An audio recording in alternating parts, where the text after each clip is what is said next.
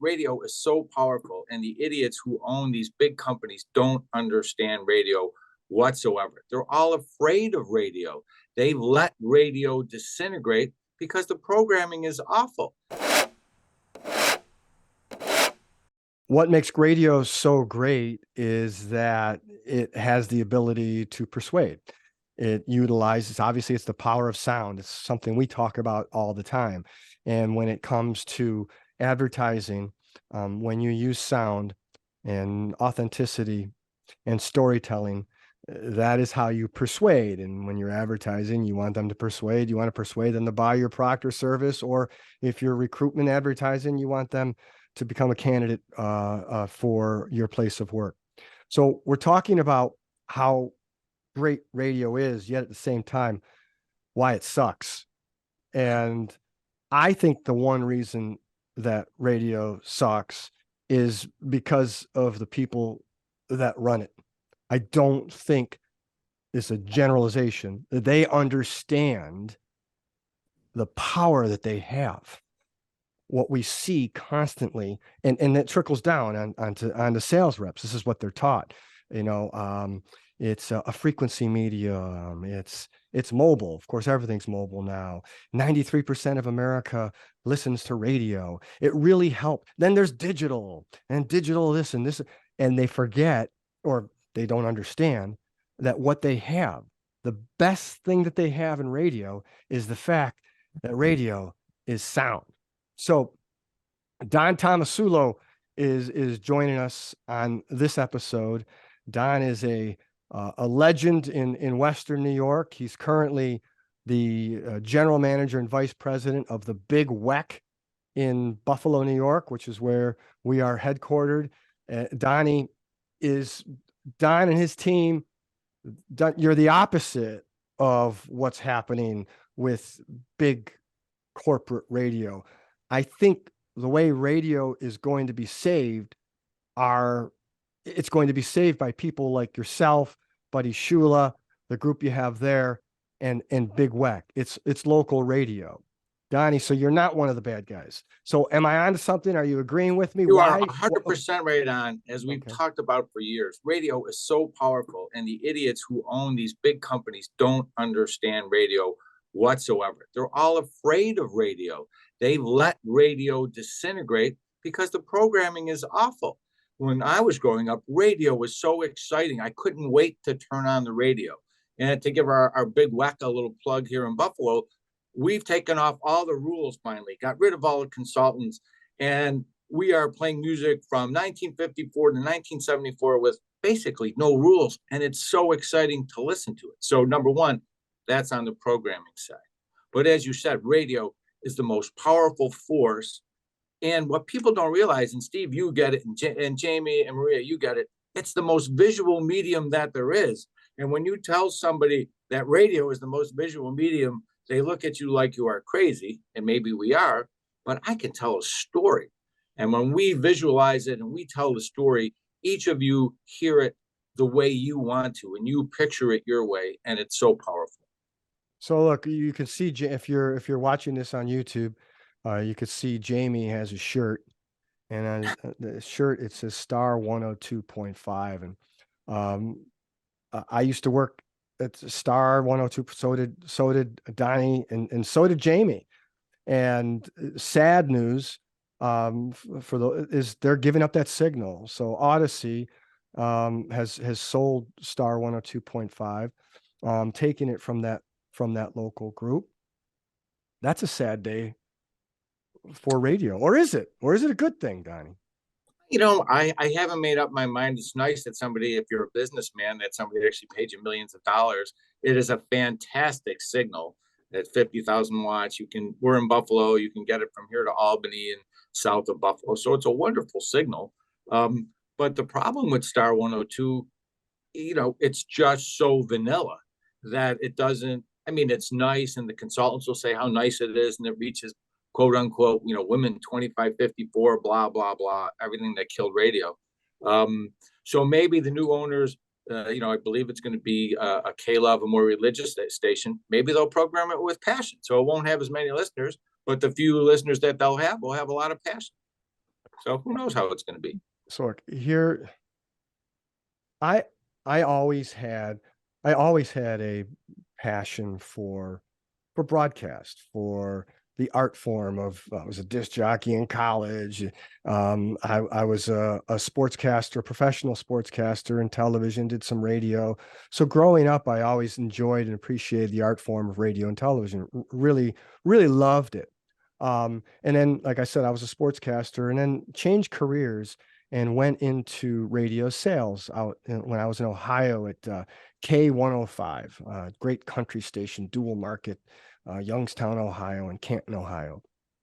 Anyway, while I was there, Mark Levy was my mentor. He and Donna Palowitz, they introduced me to a book. So I thought I really understood radio and understood broadcast and television, and and and I did on that. I used to write for entertainment and information, and now I'd switch in the sales side. I had to write to persuade. So at the time, I had made the switch from sportscasting to radio sales. I was probably a year in. This is the late '90s. I was still doing some. I was the sideline reporter for Youngstown State football. And it's when Jim Tressel was the football coach at YSU before he went on to fame at Ohio State and won the national championship. And we had a simulcast game down in at Central Florida in Orlando. So I went down there to do the game and I had time. I'm at the hotel. I remember specifically being in the pool. Donna and Mark said, read this book called The Wizard of Ads. And so I was doing okay in sales, but I'm not really good at sales. Not really. It wasn't, but I did enjoy and had a passion for the medium of radio and again for television as well. And so I read this book, and that is when I fell in love with radio and understood the power of radio. Because on the other side, I understood Roy Williams, Wizard of Ads. I read the book, then I read it again. Then I probably read it again on the plane home. And so I was 100% hooked. I've never been hooked on any reading books like that. Then he had the secret formulas of Wizard of Ads. Anyway, when I got home, I just did what he said and made a lot of money. I was like, this thing is great. And then I gave it away as Christmas gifts to all of my clients and thanked them and had them read it. And any business owner I could. So again, the book is somewhat old, but the theory is still the same. Everything, when you learn the alphabet, how do you learn the alphabet? I learned that from Roy Williams. How did we learn the alphabet? Do we learn it by reading it? Or do we learn the alphabet by hearing it and singing it and repeating it over and over again? Well, that's the same idea in utilizing sound to persuade people to buy your product or service. So it was making me money. It was making my clients money. And I fell in love with the power of audio. And Jamie and I talk about this all the time too. We create a lot of videos. We just did a website for a refreshed website for a client, actually a new website and a refreshed brand. And on their new website, there was like 40 something videos that we made. So we believe in video, but the most important aspect of that video is the audio. When you have good audio, you're able to connect with people. When we say connect, as Roy Williams would say, why do people buy? They buy based on emotion. They justify with logic later. And when you connect on an emotional level, that's when you win. And audio is an emotional medium. And that is a proven, if you Google it, audio, there's tons of things he talks about how audio enters the brain first before the visual and things get in the way or whatever he says. Read the book, Wizard of Ads, then the secret formulas of Wizard of Ads. The next one wasn't that good. But it really did. It honestly changed my view, changed my life. Was that one or two books? It was pretty amazing. And I'm telling you, it's the reason radio is so great is because it has the ability to connect with people on an emotional level through the power and persuasion of sound. Well, for years, we've been talking about how powerful sound is. And I know you do a lot of video, and video is wonderful, but it's nothing without great sound. And I've been using this. They always pick on me for being the old guy, because I am. But it works. So it's called frequency. But watch Jaws without the sound. It's a mechanical shark. it doesn't mean anything. But when you hear that, wow, wow, I mean, my family still laughs at me because every time I go into the ocean, I stop before I go in the ocean. I move my ear and I'm listening for these sounds. So I know that there's no sharks in there before I go in the water. It's that powerful. But if you watch it without sound, it's just, oh, there's a shark. Watch a murder mystery without the sound. Oh, great. They're stabbing somebody 50 times. It doesn't have any emotion. But sound is so powerful. And then when you put it together with video, that's a great force. So why is it? Well, I know the answer, but I'll lay it up to you here. So Shovel Sidewalk's been around. We've been around 10 years now, and we've done some work around the country for different clients and had to deal with different sales reps from around the country. It's part of the gig. I get it. And they have a job to do. Why do people in radio not understand radio? Why do they not understand the powerful tool that they have in sound? Why do I continue to receive rankers of, hey, we're number one in whatever, in women 25. Ding, ding, ding. Yeah, why is this still happening? And this is why it makes me sad what happened to Star 102.5. Why? Ratings and rankers are the dumbest thing, but that's what they think. They try to sell it like it's a commodity, like television. As we've talked about before, people watch television programs so you can get a measurement. People listen emotionally to radio stations, and we've talked about this for years. Luckily, I'm really dumb when it comes to looking at computers, as you all know. So I don't really know how to turn on the ratings because they're really dumb to me. But I stand out like a sore thumb because everyone else wants to talk about ratings. I look for a Q number, which is like a newspaper circulation. Like, what's the lifestyle? Approximately how many people are listening? And that's all I care about. But it's rankers and trying to spread out buys on a computer sheet that have killed the medium of radio. And again, coupled with the fact that the big companies who own it don't understand what they have, it's a self-fulfilling death prophecy. So we spent time with the big corporations and radio with a lot of really, really smart people.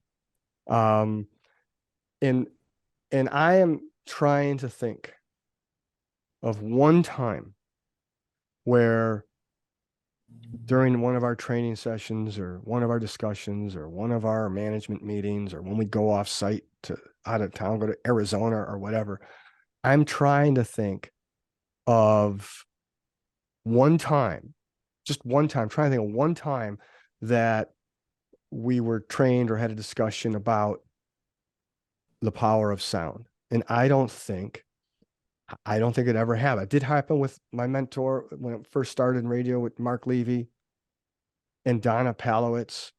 I mean, I know we did it, but every time we had meetings, it was always a strategy. Okay, what we're going to do is we're going to, this is how we're going to manage inventory, which is important. You have to know how to manage invisible inventory, but we're going to have a strategy session. We're going to raise rates and we're going to move this over here. And then what we're going to do is increase through streaming, or we're going to bring in a digital director, and then we're going to move revenues over to streaming or digital. And we're going to talk, don't forget, we're going to talk about all the attributes that radio has, except for the most important attribute. It's never covered. And from what I can tell, that is still happening. It happened. They have never talked about sound. None of the corporations, they talk about ratings and how we can supply digital and all this, that, and the other thing. But they never, ever talk about how do we write great commercials? How do we use audio to persuade and to have great passion? And when people say they don't like commercials, they don't like bad commercials or obnoxious commercials that go on and don't say anything. But they have never talked about it. We were the only ones who addressed it. And instead of embracing us, we were sort of drummed out and looked upon as dum-dums. So different ways of looking at it. But, a former company that we worked for, when we joined the company, the stock was over 50, close to 60, and now it's a matter of pennies. So We'll see who wins. Well, we can be dum-dums and still create great campaigns and utilizing the power of sound. So what does make specifically good advertising, or specifically good radio advertising? What makes a good, well, first of all, it shouldn't be a radio ad. It should be a campaign that includes radio or sound or a podcast, whatever it's going to be, some form of audio. What makes great content that will connect with people is storytelling. And so Roy Williams didn't really talk much about storytelling, but he's a great storyteller. He's an amazing storyteller. He more focused on the power that that sound has. But a good story is how you connect. And the best story is authentic. And just no scripting. It's just real life. And when we say that, we're focused on, for us, a lot, it's small businesses. As an ad agency, we our wheelhouse is these small businesses, and you know, they don't answer to a big corporate out there. They're literally here on Main Street, and they speak their story, tell their story and their passion, their why behind what they're doing, the gratification they get behind it, and people will that connect with them, which won't be everybody, will be rewarded. So we can be dum-dums. It's really not hard. It's labor intensive, but it's really not hard to create a good audio campaign. It's wonderful to create great audio campaigns. But in the last couple of years, I've been preaching to people from the advertiser standpoint. We know radio works. We know sound works. Who's we? Who's we? Those good ones on this side of the block in the radio industry, the few of us who believe in the power of sound, and maybe me and you, Steve, are in a minority. I know that's why I brought you on, because you believe in the power of sound. But I just feel like most people in radio, the ones I run across, I mean, there are very few of them understand that that's the vehicle. They don't. But take the client side. It's two things. They don't have any trust, and they want miracles. And it's right. We're recording this during the Easter season, and I'm a very good Christian boy, and I believe in miracles, just not in advertising. It works, but it's going to take time. So first thing, you have to trust us that it works, because everyone says, "Oh, nobody's listening to radio," and but for the people who have passion, we still have fans. If you have a great station like we have here at the Big Whack, we might not be the biggest, but the people who listen to us love us. So you have to trust us that we know we have listeners. And then you have to trust us that we're going to write a great commercial. When we come up and say, "Hey, here's what we're going to do," then the client can't just change it and said, well, my sister's cousin doesn't like this, and they're going to write it, even though they've never written a commercial in their life. And then B, they want to run 3 commercials and expect something to change, which is not going to happen. But if you let those like Steve and Jamie and Maria create a great commercial for you, stick with it and run it long enough, I guarantee it will work. It's almost nothing's ever 100%, as long as you have a good business. Because my other line, as you all know, is nothing puts a bad business out of business faster than good advertising. We could bankrupt a crappy business way faster than they could bankrupt themselves. But we can really help a good industry if you will listen to us. And we just have to get their trust and the time factor. Well, that's managing expectations too. So, and that, so when you talk about the big corporation or the small business, the small radio station that you guys have, which used to bill a couple $100,000, you're probably over $1 million by now, maybe 1.2, 1.3. So good for you Correct. guys. Thank you. But that's because what you've done is, in your managing expectations, hopefully you have the ability to say, when potential advertiser says, "All right, so I expect 100 people in here by next week, because we're going to start on Monday. So by following Monday, we're going to have $1 million in new business." And you have the ability as a smaller business to say, "We're going to pass on this business." Whereas the big corporations, in fairness to the salespeople, they have these budgets to hit, put on to them by their sales managers, put on to them by the district manager, put on to them by whatever. So it all flows down, and you got to hit the number, and there's a lot of pressure to do that. So if business says, yeah, I expect results in a week, you're like, whatever, just give me the money. I got to put it on the books. And so that happens. And that's not just radio. That's No, that's all. any medium. Yeah. Well, any corporate medium. But so, that, and we have the ability to walk on that business too, which we have, or to manage it better, to come to terms and negotiate, not on the pricing, but negotiating on when we can start seeing results. I mean, we have a small advertiser to bigger advertiser. And I remember the smallest of our advertiser, we just picked one radio station. We picked very narrow, what's called day part, whatever. We have a campaign of 6 or 7 commercials. It's just them talking. And he said that, in the first year, after it took about a year for people to even recognize. Now, he promised he'd stay on board. They promised at the beginning. So he said it's going to take time. And he said after the first year, people started to notice. They would talk to me, tell me we heard it and we like it. And then after a year, he started getting some business out of it. And then he said after 2 years, he knew he could never stop advertising on radio again. And that's exclusively his very, very small advertising budget. But that's all he does, is that one radio station, and same thing, same 6, 7 commercials that we put in rotation. So it's managing those expectations. That is pretty difficult. How do you go about that? Well, you just said it. It's building trust at the beginning, and the client has to trust you and then trust the process. Not to sound like a football coach, Mhm. but you have to stick with it. They want these miracles, and it does work. It just takes time to grow in the mind. Radio and advertising, no matter what medium you're using, it's a lot more like farming. People want these miracles. If we went out and planted corn today, it's spring, let's plant corn. And then in 3 days, they're looking for their ears of corn. It'd be like, you're crazy. But that's what they expect in radio. It's like, let's plant good seeds, let's say it enough. And then come August, you're going to have a great crop. But it's hard to get people to do that. But if they do, it works, almost every time. Look, I'll say this, no offense to you. The big whack, great radio station, right? But if you have a shitty ad, it doesn't matter Doesn't what matter. station you're on. So it has nothing to do with the station. It has everything to do with the medium itself, and the fact Correct. that we're using storytelling and audio, and using that power of sound to persuade. So it's not about whack. It's not about any radio station.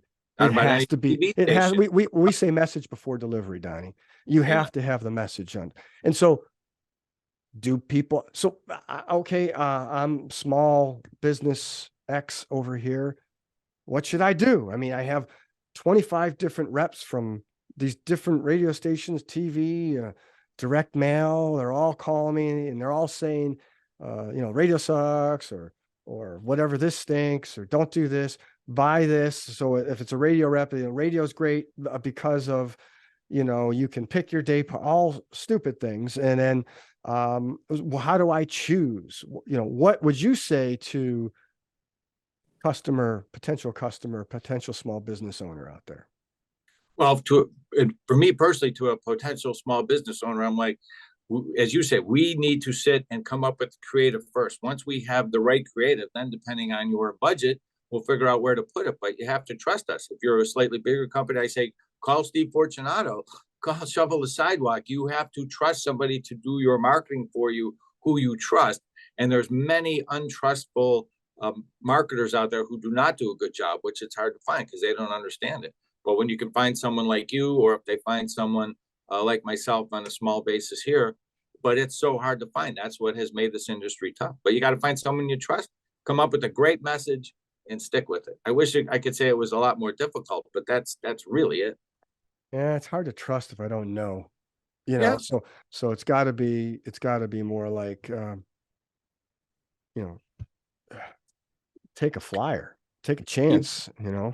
People promise so much. People promise miracles every day. I don't. I try to promise reality, but we're few and far between because, as you said before, salespeople, whether it's radio, television, digital, everybody is the best. Everybody's the greatest station. Everybody's wonderful. We can do everything, and that's part of the problem.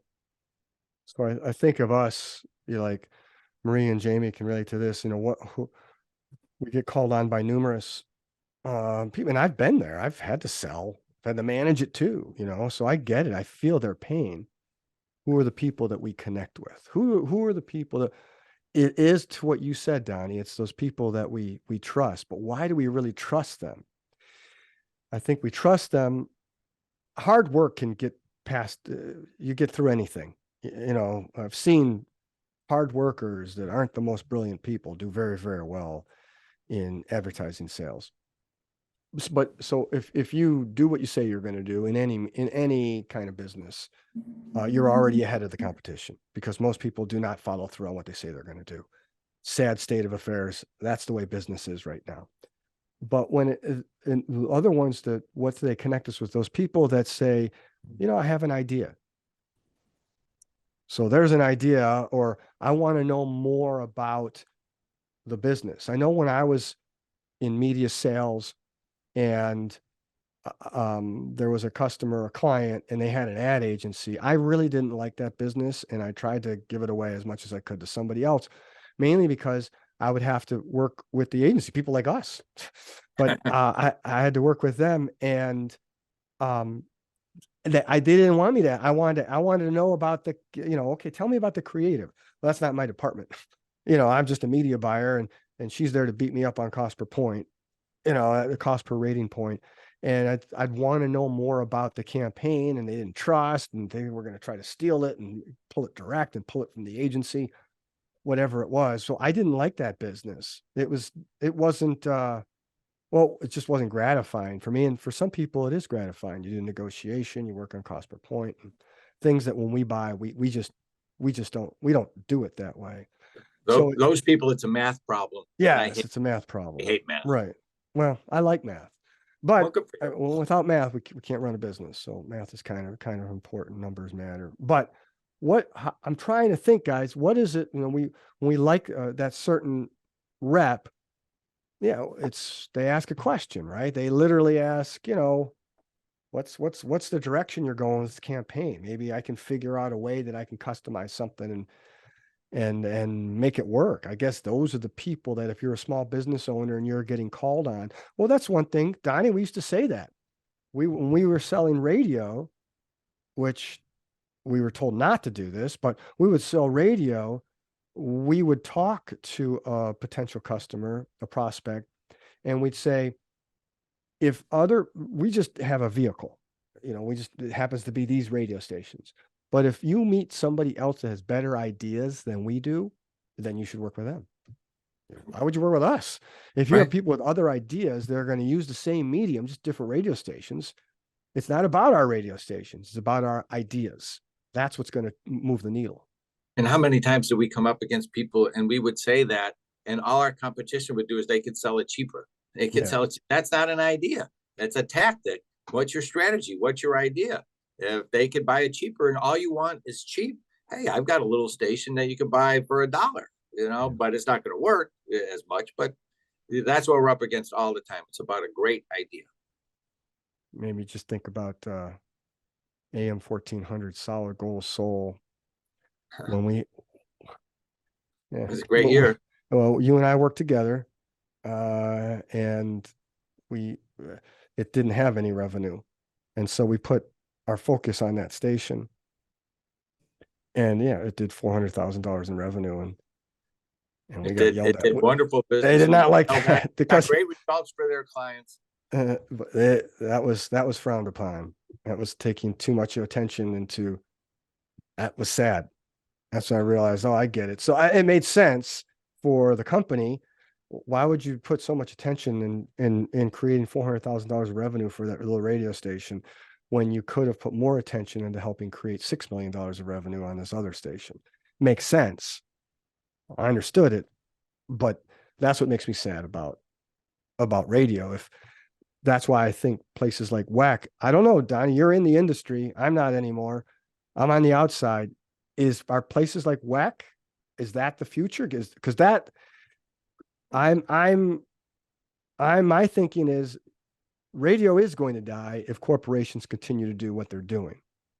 I keep believing radio is going to be like beer, where before prohibition it was hundreds of little breweries making great beer, and then the giants, the Budweisers and the Coors and the Millers took over everything, and there was only a handful of beer distributors, and now there's all kinds of new breweries thriving in small areas. They're not nearly as big as the corporation, but they're going back to a lot of small breweries and stations like WEC around the country. Smaller owned stations, you have to bring down your expectations, but they're all thriving. They're all making money, and it's a constant fight, even within our small organization, to not worry about budgets and to do the right thing and to let it grow organically. And we're very blessed that we have an agency within our confines on the other side of the building here.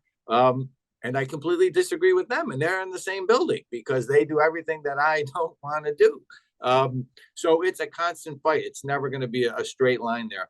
But I believe the future of radio, because it's still the power of sound. Number one, you got to program it like there's no rules. Make it exciting. They say young people don't listen to radio because they haven't found a way to make it exciting for them. Now I don't think it's an easy task, but if it was my station and I wanted to do that, I would. In our case here at WEC, we're making it exciting. There's going to be everyone who's telling us we can't do what we're doing, yet we're doing it because it's exciting and we get great results for our clients. And that's happening across the country in very small pockets, but I think that's the future. So are you saying the Star 102.5s around the country are going to be sold to sole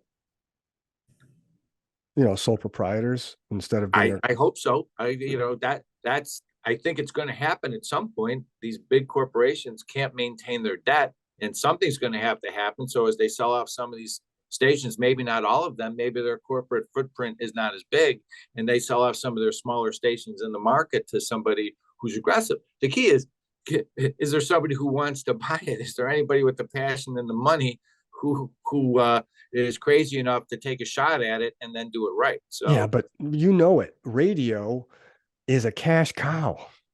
Yeah. Remember when we were working in the corporation, we're like, man, if we just owned one of these stations, okay, the net revenues on it's cash. The overhead our margins, if you run it right, right. That's why so many of these corporations bought it, because we don't have to build anything. We don't have to make a beer and buy the products to sell the beer or the widget or whatever people would say. Once you get to your break-even point, we're selling air. So your cost is, your electricity bill and insurance and the cost of commission for salespeople. People and talent. Yeah. So it's still a great business. Our biggest fight is that people say, "Oh, people still listen to the radio." I'm like, well, yeah. Not as many as before. Yes, there's a ton of things going out there, but if you program it great, I think there's still a market for it. It's just not as big as it used to be. It's still, I mean, I don't know. We have tremendous success using it. Now, everything we do though, our protocol or our philosophy doesn't change, whether it's doing video or audio but we do use radio. Whenever we can, we try to have musical imaging, a jingle. There's stereotypes behind that too. So don't do crappy jingles. Like you said, don't do bad ads. And so radio, people listen to it. So, but again, I don't even want to get into the percentages of people that are listening to radio or podcasts. Just set that aside and know that if you produce good content and that you utilize radio or utilize digital audio, I don't care what it is or where it is, if you utilize audio correctly in an authentic way and tell the story, whether it's of you, your employees, your customers, and also utilize the power and persuasion and repetition of a jingle, you can build a brand and you will have excellent success if it's done correctly. And I suppose you could have success using any kind of medium if it's done the right way.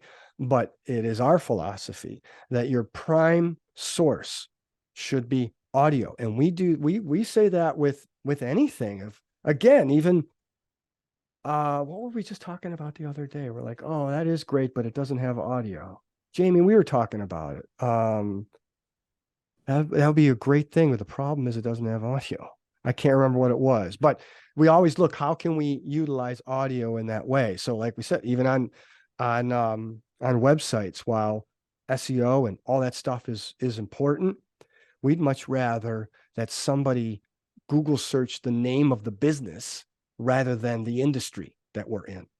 And you Google the name of the business because you're connected to it in some emotional way, because you've been telling the story utilizing the power of sound. And again, sound isn't just sound alone. Sound can also is very powerful when it's with video. So, but the most powerful part of video, as we said before, is audio. My concern, again, for radio in the future, the power of sound is never going to change. So radio should live forever, or audio and the audio form and the art of audio should live forever. It's the people that are going to F this whole thing up. So how do you save it, Donnie? Now, there's an open-ended question. I don't know, but I just hope that some young people and people like Jamie and Maria follow through on what we've started. I don't know. I don't have an instant answer for that. You need people with passion who realize it still works. Sound is great. They do everything in backwards way. You have to say the great thing about the client. Start with what your sound is going to sound like, and then use all the other mediums. So sound will be out there in some form or another, and some smart people will get it and create content. But I wish I had an instant answer for you. But right now, it still works. If you do it right, it works fabulously. I would tell a small business owner, if someone from a station like a WEC, the big WEC calls on you, and that person comes back with what's called a spec, it's amazing to me that radio stations come out and try to sell radio without giving them a speculative commercial of what it would sound like. It blows my mind that they would do that. And one way that radio could be saved is when they need to increase their sales force. We've been there. Hey, you need 10 more people because we need 10. Well, okay, pressure's on, get it done. Well, this one's not going to work out. Who cares? Bring them on. In the bigger corp, hire more writers, hire more artists, hire people that don't have sales experience. Sales will come with it, because when they go out and they meet with people and bring them great advertising and great campaigns, they will get great results and they'll refer them to other people. And so, but that's not going to happen. But in a small place like here, luckily, Buddy, our owner, believes in great ideas, and the other two salespeople who used to work with us who are here believe in ideas. I lead with ideas, so we're a rarity. And sometimes it's as funny as writing a line or one slogan. We love things that rhyme or that gets into people's head, and try to make it that simple. And then people are looking for something deeper. No, let's say this line, and then we're going to repeat it. It's going to be in your digital. It's going to be in in your television. So when we do and lead with that passion, it works all the time. So, but you're right. It's about making great commercials. We're just in the minority, but that's it. One thing we used always around here, Billy Fusillo, who has since passed, he owns a word in Western New York. I know he was in other markets around the country too, but he owned a word huge. It's not the type of advertising that I would have probably told him, no, don't do that. And I would have been wrong. But in all of his ads, he ended everything with the word huge. And he said it with passion. He said it consistently and utilized the power of sound to connect his cars to the word huge. And his business was huge because of it. It's nothing that hasn't been done for the last 100 years since, early radio and television took off. Frosted Flakes are still great. And, cigarette advertising was banned in like 1970, and find someone my age or older as we're disappearing, and you still go, tastes great, or A cigarette, like a cigarette should. like a cigarette should, right? Yeah. No, it's Winston. That's right. I would go Winston tastes Winston. good like a Tastes good. cigarette should. Cigarette should. And Stopped somebody will still, advertising that in 1970. right, and someone Yeah. will still remember it, or dun, dun, dun, Yeah. dun, dun, dun, dun, dun, dun, whatever it is. There's a Mhm. million of those old, you still go snap, crackle, pop, or all the great advertising campaigns from 50 or 100 years ago are still in your head, yet people got away from that.